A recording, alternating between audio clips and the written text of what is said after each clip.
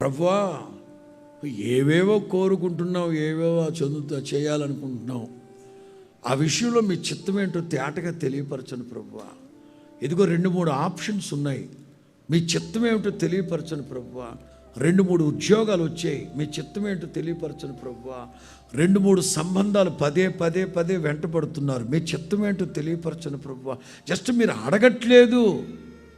అదే యేసు ప్రభు అంటారు, ఇదివరకు మీరు నా నామం పేరిట ఏమి అడగలేదు, మీ సంతోషం పరిపూర్ణమగునట్లు అడగండి.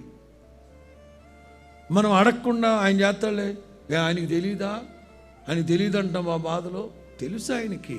మీరు అడక్క మునిపే ఆయనకి తెలుసు. కాకపోతే మీరు అడగాలి, అది మన బాధ్యత, మన కర్తవ్యం.